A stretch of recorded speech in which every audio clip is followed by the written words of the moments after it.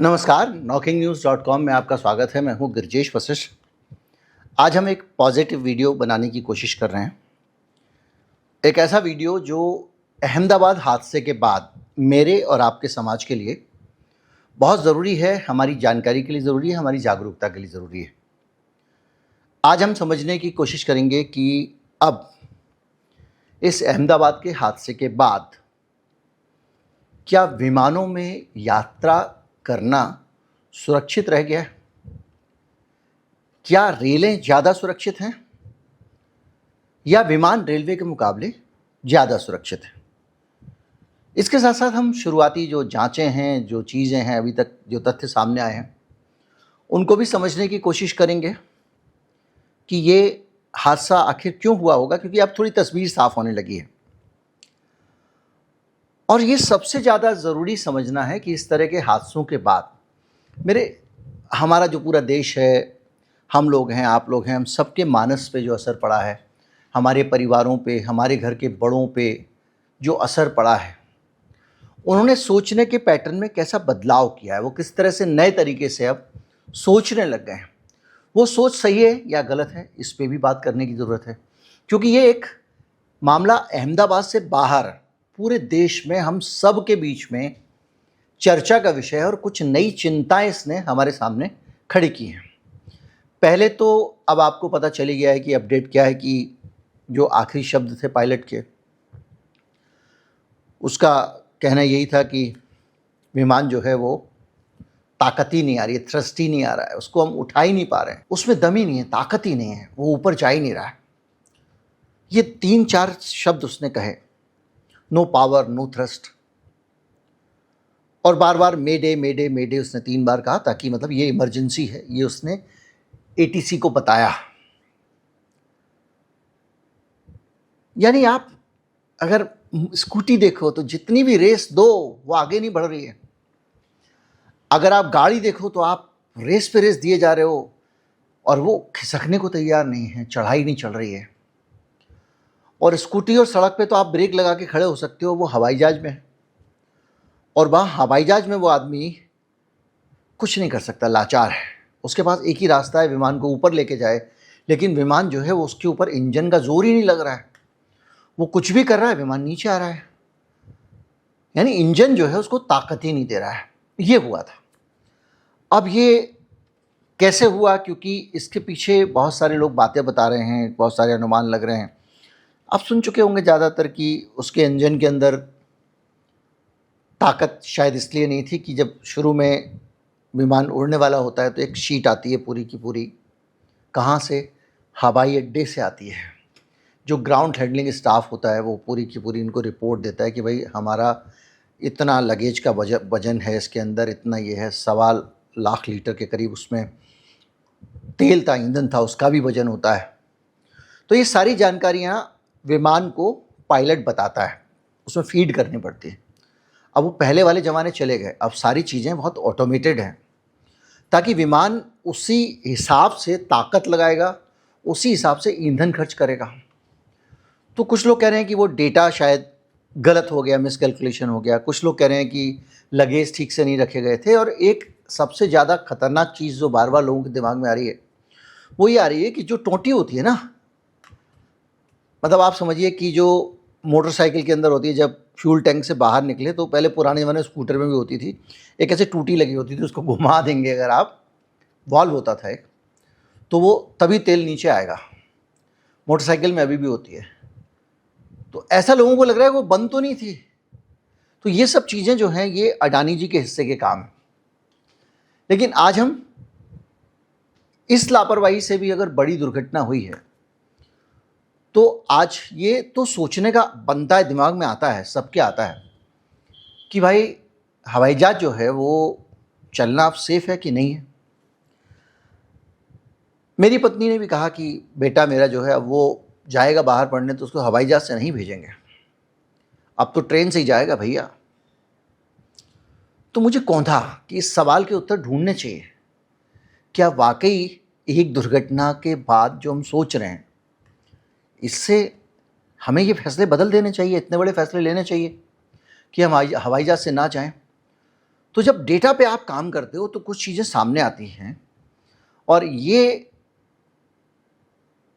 Rail के और हवाई जहाज के बीच में किस तरह की चीज़ें हो रही हैं, किस तरह के संकट हैं, उसको हमको समझाती हैं कि कौन सा ज़्यादा सेफ है, कौन सा नहीं है। अब अगर आप डेटा को दोनों के मिलाओ, कैसे मिलाओगे? क्योंकि अगर आप कहोगे इतने लाख यात्रियों पे इतनी दुर्घटना होती हैं, तो आप न्याय नहीं कर पाओगे। क्यों नहीं कर पाओगे?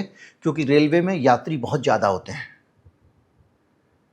और उसको अगर दूसरे तरीके से देखें तो एक ट्रेन में दुर्घटना होने पे ज़्यादा यात्री मारे जाते हैं या ज़्यादा यात्री प्रभावित होते हैं। तो क्या करोगे आप? आपको अगर तुलना करनी है तो आप ऐसे करोगे कि एक रेलगाड़ी जो है, एक सिंगल रेलगाड़ी और एक सिंगल हवाई जहाज, इसके बीच की अगर आप तुलना करोगे तो आपके सामने एक तस्वीर सामने आएगी कि भैया हाँ, इतनी रेलगाड़ी चलती हैं, रेलगाड़ी की इतने ट्रेन चली, इतने फेरे लगे, और हवाई जहाज के इतने फेरे लगे। फेरा मतलब आधा फेरा, फेरे का मतलब होता है जाना आना दोनों, केवल जाना। तो जो ट्रिप थी उसमें से किस में ज़्यादा लोग मारे जा रहे हैं, ये अगर आप निकाले कैलकुलेशन। अब अगर एक यात्री 1000 बार यात्रा करता है मान लीजिए, तो उसको ये देखना पड़ेगा कि 1000 बार में ज़्यादा जान जाने का खतरा कहाँ पे है। अगर 1 लाख यात्राएं अगर वो करेगा रेलवे की, तो उसमें 12 दुर्घटना होने के चांसेस हैं, यानी 99.88% यात्राएं ही रेलवे में सुरक्षित हैं। जबकि हवाई जहाज जो है वो आधी घटनाएं ही 1 लाख यात्राओं के अंदर आधी घटना होगी, यानी 99,995%, 99.995% सेफ है। आप चाहें तो इसको 1000 को 1 लाख कर दें तो भी आंकड़ा वही आने वाला है, थोड़ा बहुत 1 दशमलव आपको इधर से उधर करना पड़ेगा। तो अगर ये देखें तो 14 गुना ज़्यादा, 24 गुना ज़्यादा रेल में यात्रा करने वाले 24 लोग मरते हैं, तो हवाई जहाज में यात्रा करने वाला 1 आदमी मरता है। और ये आंकड़ा टोटल मौतों का नहीं है, क्योंकि रेल में बहुत ज़्यादा लोग यात्रा करते हैं। ये यात्रा है प्रति ट्रिप की मौत का हिसाब निकाल के। तो 24 लोग के मुकाबले हवाई जहाज में 1 आदमी मर रहा है।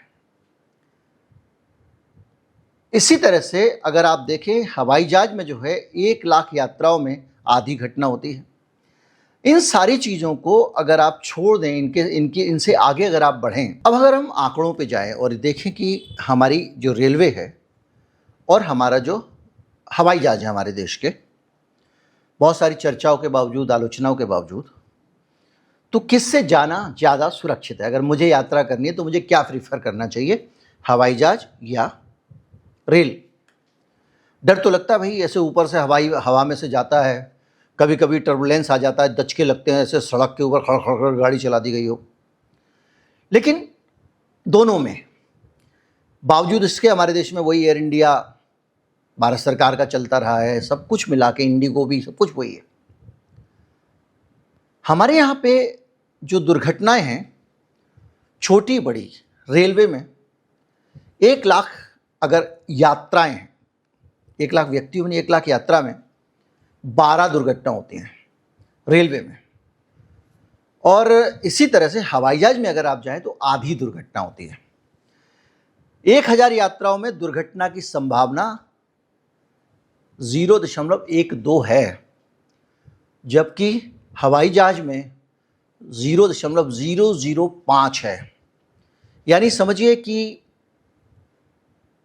12 रुपये अगर इधर खतरा है तो उधर 5 पैसे खतरा है। सुरक्षित यात्रा की दर 99.88% जो है वो है आपका रेलवे में, और हवाई जहाज में है 99.995%। 24 गुना ज़्यादा। अब ये आंकड़े को इस तरह से जब आप रखें, ये परसेंटेज को छोड़ते हैं, तो भारतीय रेल हमारे देश में जो रेल मिनिस्टर जी की है वो 24 गुना ज़्यादा खतरनाक है, असुरक्षित है हवाई जहाज के मुकाबले। सारी दुर्घटनाओं का पुराना डेटा निकाल के उसके आधार पर ये लाया हूँ आपके सामने। यानी एक खतरा 1000 यात्रा में समझ लीजिए कि मेरा एक बार मरने का खतरा है 1 लाख में, या जो भी आप एक संख्या ले लें, तो उसमें 24 बार मरने का खतरा है ट्रेन में। अब आप रेल की कुछ और सच्चाई में आइए। आपको एक उदाहरण देता हूँ। जिस दिन बेंगलोर वाली दुर्घटना हुई है, उसी दिन दिल्ली के अंदर शिवाजी स्टेडियम टर्मिनल, नई दिल्ली रेलवे स्टेशन से पहले एक छोटा टर्मिनल है, वहाँ पर ट्रेन उतर गई पटरी से। 3 डब्बे पटरी से उतर गए।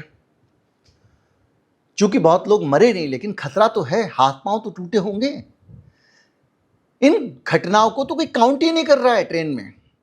हवाई जहाज में ये सब तो कहीं आती नहीं है, अगर ये होगा तो बड़ा ही होगा वहां पे। तो इस तरह की दुर्घटना अनेक हैं। अगर आप डाटा थोड़ा सा डिटेल में जाएं तो हर साल रेल में, ये रेल की सच्चाई है, दर्जनों बड़ी दुर्घटनाएं होती हैं। आजकल तो रोज 2-4 दिन में एक खबर आ जाती है जिसमें पटरी टूटना, सिग्नलिंग को फेल हो जाना, या इंजन ब्रेकडाउन। ऐसी 2023 का बालासोर हादसा आपको याद है। सिग्नल की गड़बड़ी से 296 मारे गए थे। इस दुर्घटना से ज़्यादा संख्या थी। अमृतसर में दशहरे की भीड़ है, ट्रेन कुचलती चली गई, 60 लोग मर गए।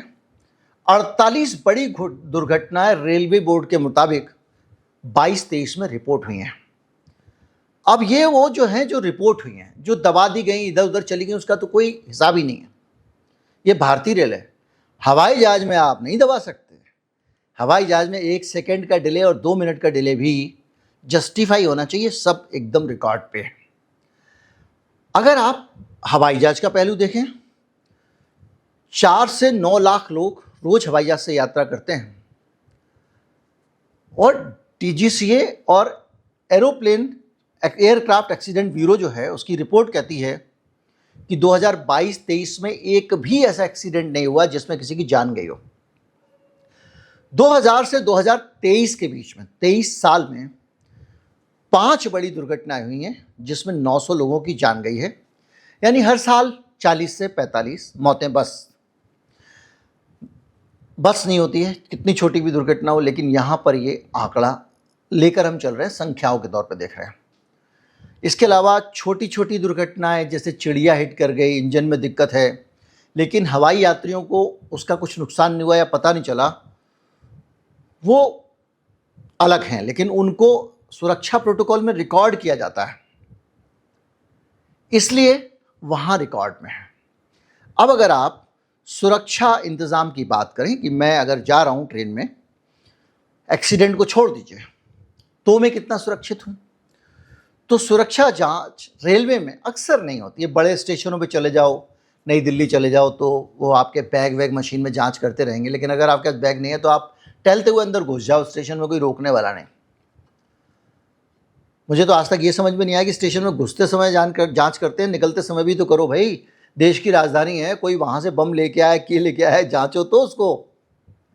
खैर, एयरपोर्ट पे आप बगैर स्कैनिंग के घुस नहीं सकते। हर यात्री की पूरी स्कैनिंग होती है, आदमी की स्कैनिंग, उसके सामान की स्कैनिंग, और स्कैनिंग कितनी सिंसियरिटी से होती है एयरपोर्ट पे आपने देखा होगा। आपका लगेज जाता है, 95% संभावना है कि कुछ भी अगर आपने छोड़ा होगा तो वो तुरंत पकड़ लेते हैं और आपको बोलते भाई इसमें से बेल्ट निकालिए, इसमें से ये निकालिए। रेलवे में क्या होता है, आपने अटैची रखी, पार निकल गई, कोई पूछने वाला नहीं इसमें लिक्विड क्यों रखा हुआ है, ये क्यों रखा हुआ है। इसके अलावा एयरपोर्ट की निगरानी और ये रेलवे स्टेशन की निगरानी में फ़र्क देखिए। जो निगरानी का काम है, सर्विलांस का काम है, वो कुछ बड़े स्टेशनों पे सीसीटीवी वगैरह लगे होते हैं। एयरपोर्ट पे 100% कवरेज होती है। एयरपोर्ट पे आप किसी हिस्से में भी आंखों से दूर नहीं है, और वो सर्विलांस कैमरे हैं। आप अगर कोई ऐसी एक्ट करते हैं तो वहाँ पर अलार्म बजता है। आप प्लास्टिक का चाकू भी ऐसे निकाल के एक बार चेक करेंगे अगर, तो वहाँ अलार्म बज जाएगा कि आदमी कुछ ऐसा कर रहा है। इसके अलावा जो सिक्योरिटी का सिस्टम है, आरपीएफ और जीआरपी का, कई वहाँ तो स्टाफ की कमी रहती है। एयरवे के साथ भर्ती रखते नहीं है। आप सोचो कि रेल में जो चलाने वाला ड्राइवर साहब है, उनको भी कितनी बार स्टोरी आ चुकी है, 18-18 घंटे, 16-16 घंटे, 14-14 घंटे काम करना पड़ रहा है, उनको आराम के घंटे पूरे नहीं मिल रहे हैं। इसी तरह से ये जो सिक्योरिटी स्टाफ है, जीआरपी और आरपीएफ वाला, इनको भी हमेशा अंडर स्टाफ रहते हैं, और उसमें भी वो बेचारे ट्रेन में ऐसे टहलते रहते हैं, कहीं यहाँ वहाँ फला ढिमका, कोई किसी चक्कर में, कोई गुटके के चक्कर में, ये होता रहता है। सीआईएसएफ का जो सिक्योरिटी सिस्टम है वो कितना सख्त है आप अच्छी तरह से जानते हैं। एयरपोर्ट पे एक भी व्यक्ति एक भी जांच के बगैर घुस नहीं सकता। तो भाई सुरक्षा का जहां तक सवाल है वो साफ दिखाई देता है। रात को एक अकेली महिला बिंदास हवाई जहाज में यात्रा कर सकती है, एयरपोर्ट में घुसने से लेके अगले एयरपोर्ट से निकलने तक वो बिल्कुल सुरक्षित है। रेलवे में आप बहुत सारे इस तरह की घटनाएं देखते हैं। हर साल 40,000 से ज़्यादा अपराध भारत की रेलों में दर्ज होते हैं। 40,000 से ज़्यादा। स्नैचिंग, छेड़छाड़, मारपीट, चोरी आम है, फ्लाइट में मुमकिन नहीं है। रेलवे में आप घुसते हो, अपना सामान संभाल के रखते हो, कोई जंजीर बांध के रख रहा है, कोई उसमें ताला लगा रहा है, कोई तकिए के नीचे बैग रख के सो रहा है, कोई कीमती सामान लेके जा रहा है तो बोरे में बांध के ले जा रहा है ताकि चोरों की नज़र ना पड़े। रात भर आप चैन से सो नहीं पा रहे हो, जब भी आँख खुलती है तुरंत देखते हो मेरा लगेज सुरक्षित है या नहीं है। ये भी सिक्योरिटी है ना, सुरक्षा का मसला तो है। और कभी भी अचानक, अभी देखा ना बीएसएफ वालों को कैसा डब्बा दिया था, खड़खड़ खड़ कर करने लगे, किसी की गारंटी नहीं है। तो अगर आपको लगता है कि मैं विमान से डर लगता है भाई, मैं हवाई जहाज से डर लगता है, मैं रेल से जाऊंगा, तो आप डर के मारे बड़ा खतरा मोल लेने जा रहे हो। अगर आप इस पे और आगे जाते हैं, अब अगर आप और सेफ्टी पे सोचे, चलो हवाई जहाज छोड़ दिया आपने, स्टेशन देख लिया और खुद को देख लिया, लेकिन जो ट्रेन चल रही है उसकी सुरक्षा के लिए भी, और हवाई जहाज जो चल रहा है उसकी सुरक्षा के लिए भी इंतज़ामों में क्या कमी है, क्या खूबी है, इसको भी परखते हैं। 2016 से हमारी रेल सर्दी में कोहरे में दुर्घटना ना हो उसके लिए एक फॉग सेफ्टी डिवाइस वो होती है जो कोहरे में भी ट्रेन को दिखता है, उससे FSD, उसको लगाने की योजना 2016 से है। 2024 आ गया है, सिर्फ 40% लगी है, यानी 16 से 24 मतलब 12 साल, 8 साल हो गए। 8 साल में 40%, यानी 20 साल लगेंगे आप लोगों की कोहरे से सुरक्षा करने में। इस बीच में एक्सीडेंट हो रहे हैं, पटरी, दूसरी पटरी पे चढ़ जाती है ट्रेन, उसको दिखता ही नहीं ड्राइवर को, ये ट्रेन दूसरी से टकरा जाती है। और ये काम आप अगर देखें तो ये एक नतीजा ऐसा है जो 20 से 30 बड़ी घटनाएं हर साल सिर्फ कोहरे में देख ना पाने के कारण ट्रेन से होती है। दुनिया भर की ट्रेन लेट चलती हैं, 12 घंटे, 14 घंटे, 16 घंटे। मैंने लेट वाला तो यहाँ पे आंकड़ा ही नहीं लिया कंपैरिजन का। फ्लाइट लेट होती है, हंगामा हो जाता है, वीडियो आ जाता है, 4 घंटे से खड़े हुए हैं, ये हो रहा है, वो हो रहा है, यात्रियों को पानी नहीं मिल रहा है, वगैरह वगैरह। या 18-18, 16-16 घंटे खाना खत्म हो जाता है, लोगों का नहीं मिलता है, जंगल में रोक दी है, खड़ी हुई है।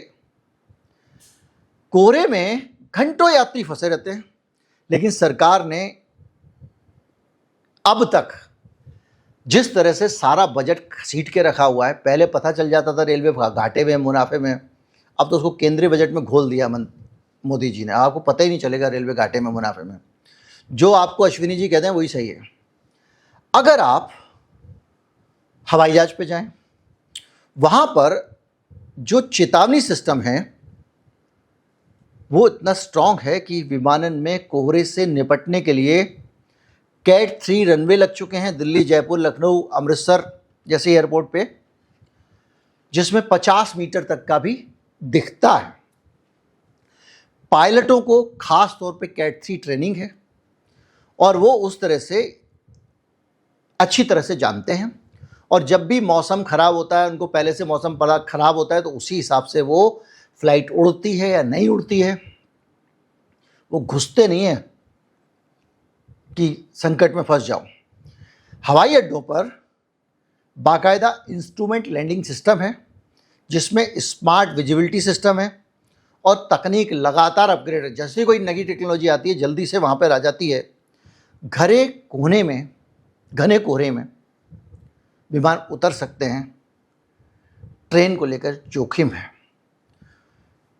रेलवे में और हवाई जहाज में हादसे होने के बाद भी जमीन आसमान का अंतर है। 48 घंटे होंगे AAIB, आप एयरक्राफ्ट एक्सीडेंट इन्वेस्टिगेशन ब्यूरो, मतलब जो अगर हवाई जहाज किसी भी तरह का होता है, उसका एक्सीडेंट होता है, उसकी जांच के लिए अलग से विभाग बना हुआ है, वो रिपोर्ट दे देता है। अहमदाबाद की आपको 48 घंटे में पता चल जाएगा, शुरुआती रिपोर्ट आ जाएगी किस वजह से हादसा हुआ। रेल में महीनों चलती रहती है जांच कमीशन बैठते हैं वहां पे। बिल्कुल ठंडा हो जाएगा मरने वालों के आंकड़े। हवाई जहाज में एक आदमी की मौत नहीं छिपा सकते, रेलवे में पता ही नहीं चलता। मुआवजे का भी अलग मामला है। रेलवे में जवाबदेही का मामला यह है कि ह्यूमन एरर था साहब, टाल दिया, सस्पेंड कर दिया ड्राइवर को, हमने टाल दिया। पायलट, ATC, मेंटेनेंस, सबकी जिम्मेदारी फिक्स है हवाई जहाज में। एक्सीडेंट होगा तो तुरंत मालूम पड़ जाएगा जांच के बाद में कि ATC की प्रॉब्लम थी, पायलट की थी, विमान की थी, ग्राउंड स्टाफ की थी। किसी के लिए माफी नहीं है। रेलवे में जांच करके ह्यूमन एरर, एक आदमी को फंसा दो।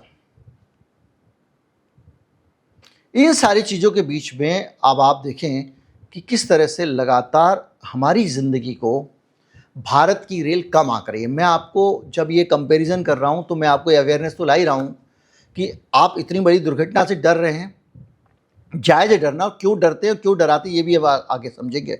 लेकिन अगर गड़बड़ी पायलट की है तो उसकी नौकरी जा सकती है, एयरलाइन की है तो उस पर लाखों रुपए के जुर्माने लगते हैं, और इंटरनेशनल एयर सेफ्टी की जो आपकी पूरी की पूरी रैंकिंग है उस पर असर पड़ सकता है। अब आप ये समझिए कि इन सारी चीज़ों के बावजूद हवाई जहाज की दुर्घटना पे इतना बवाल क्यों होता है, इतना बड़ा मसला क्यों बनता है। एक तो हवाई जहाज में जब भी लोग मरेंगे, ज़्यादा लोग मरेंगे, 2-4 लोग नहीं मरेंगे। ऐसे खाली पीली पटरी से नहीं उतरेगा वो, उसका पहिया भी अगर कभी अटक गया होगा तो उसको बहुत कुशलता से वो खोल लेते हैं। आपने देखा होगा अक्सर, कभी कोई कार में चलते खोल रहा है, कुछ खोल रहा है, एक्सीडेंट नहीं होने देते हैं। कई बार वो क्रैश लैंडिंग कर देते हैं, खेत में उतार दिया, कुछ कर दिया। लेकिन जब होगा तो बहुत लोग मरते हैं क्योंकि पूरा विमान उसमें शिकार हो जाता है। इसलिए हवाई जहाज जो है वो ज़्यादा बड़ा मसला बनता है। दूसरी एक चीज़ और भी है, जब इतनी सारी अच्छाइयाँ हैं तो हवाई जहाज में जब आप यात्रा करते हैं तो उसमें हवाई जहाज इस देश के आम लोगों का नहीं, खास लोगों की सवारी। हवाई जहाज में बड़े लोग यात्रा करते हैं, अमीर लोग यात्रा करते हैं। अभी तक तो परसेप्शन यही है, अब थोड़ा मिडिल क्लास भी जाने लग गया उसमें। तो बड़े लोगों का अगर कुछ हो जाए तो बहुत बड़ी समस्या है। आम आदमी है, कीड़े मकोड़े मरते रहेंगे। और इसलिए हवाई जहाज चलाने वाली कंपनियां भी उतना संवेदनशील हैं हमारी रेलवे के मुकाबले। आधे लोगों का तो मुआवजा ही नहीं देते हैं, किसी को थोड़ा दे दिया, किसी को ज़्यादा दे दिया। हालत यह है कि टाटा की तारीफ करनी पड़ेगी कि ये अहमदाबाद की जो दुर्घटना हुई है उसमें जो मेडिकल स्टूडेंट मरे हैं उनको मुआवजा देने की जिम्मेदारी टाटा की नहीं थी, एयर इंडिया की नहीं थी। एयर इंडिया का काम था अपना, जो उसके विमान में बैठे हुए यात्री हैं, और विमान में बैठे हुए यात्रियों को 1-1 करोड़ रुपए मुआवजा मिल रहा है। जिनको गुजरात सरकार को मुआवजा देना है वो लाखों में दे रहे थे। कौन? जो मेडिकल स्टूडेंट मरे हैं, जिनके मेस में, जो अपने हॉस्टल में मेस में खाना खा रहे हैं, वहां हवाई जहाज घुस गया। उन स्टूडेंट्स को और जो आम नागरिक हैं उनको सरकार लाखों में मुआवजा दे रही है। तो डॉक्टरों ने अपील की, इंडियन मेडिकल एसोसिएशन ने, कि भैया कुछ करिए आप। 2 दिन के अंदर टाटा ने ऐलान कर दिया कि हम इनको 1-1 करोड़ सबको देंगे। टाटा को कोई मतलब नहीं था उनको मुआवजा देने का। टाटा की जिम्मेदारी हवाई जहाज के यात्रियों तक थी, बाकी जिम्मेदारी गुजरात सरकार की थी। लेकिन टाटा ने कहा सबको 1-1 करोड़ देंगे और जो घायल है उसका इलाज भी टाटा कराएगा। ये जो कमिटमेंट है ये हमारी एलीट सेवाओं की है। तो इस देश में एक बड़ा दुर्भाग्य ये भी है कि ये जितनी व्यवस्था बनाई गई हैं, जरा सी गलती होगी तो जांच होगा, ये होगा, वो होगा, एयरपोर्ट में कोई घुस नहीं सकता, तगड़ी जांच होगी, सारे पैरामीटर्स, पायलट्स की ट्रेनिंग, जो फॉग सेफ्टी सिस्टम, ये सब लगाए गए हैं। किसके लिए लगाए गए हैं? अमीरों के लिए, रिच लोगों के लिए। और रेलवे में आम आदमी चलता है तो अभी आपने देखा था जो बीएसएफ के जवानों को जो दिया गया था डब्बा, उसमें सीट ही नहीं थी, पानी नहीं था, बिजली के तार खुले हुए थे। तो आम आदमी का ये हाल है। पैसे के मामले में, पैसे लूटने के मामले में रेलवे कोई मौका चूकना नहीं चाहती है। कोरोना का फायदा उठा के जिस तरह से इस देश के लोगों की जेब पे ब्लेड चलाया रेलवे ने, वैसा जो है वो आप कल्पना भी नहीं कर सकते। जो पैसेंजर ट्रेन होती थी जिसमें 25-30 रुपए में यात्रा करके यात्री अगले स्टेशन तक पहुंच जाता था, उनको सबको एक्सप्रेस और सुपर फास्ट घोषित करके चल वो वैसे ही रही है, हर स्टेशन पर रुकती हुई कई कई गुने किराए बढ़ा दिए। तो आज की इस व्यवस्था में जब आप ये सोचते हैं कि मैं तो हवाई जहाज से नहीं जाऊंगा, तो जान लीजिए कि देश में सबसे सुरक्षित मोड ऑफ ट्रेवलिंग अभी भी हवाई जहाज ही है। सुरक्षित भी है, तेज भी है। आप ऑन रोड जाते हैं तब भी सुरक्षित नहीं। यहां मैंने उसकी तुलना नहीं की है क्योंकि उसके आंकड़े नहीं मिल सकते, पर ट्रिप कितना वगैरह वगैरह, क्योंकि इन दोनों के आंकड़े मिल सकते हैं। उम्मीद करता हूं आपको अब ये एक चीज़, एक सकारात्मक जानकारी काम की लगी होगी कि दुर्घटनाओं से पैनिक में आने के बजाय एक संपूर्ण पिक्चर देखनी चाहिए और ये जीवन में हर जगह देखनी चाहिए। एक नेता जाके किसी दलित के पैर छू ले या उसके साथ बैठ के खाना खा ले, इससे देश के दलितों के हालात नहीं बदलते हैं। ये एक सिंबॉलिक, केवल एक जेस्चरिंग है।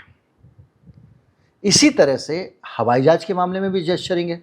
जब ओवरऑल डेटा देखते हैं तो तस्वीर कुछ और निकल के आती है। और इसीलिए आप जो इस चैनल को देखते हैं उनको सबसे बड़ा विजडम ये है, हम जितनी कोशिश कर सकते हैं करते हैं कि हर चीज़ की एक संपूर्ण तस्वीर आपको देते हैं जिसके आधार पर एक्चुअल पता कर सकें कि कौन सी चीज़ सही है, गलत है। उम्मीद करता हूँ इस वीडियो से भी आपको बहुत जानकारी मिली होगी तो ज़्यादा से ज़्यादा लोगों तक पहुँचाएं, चैनल को सब्सक्राइब कर लें। नमस्कार, जय हिंद।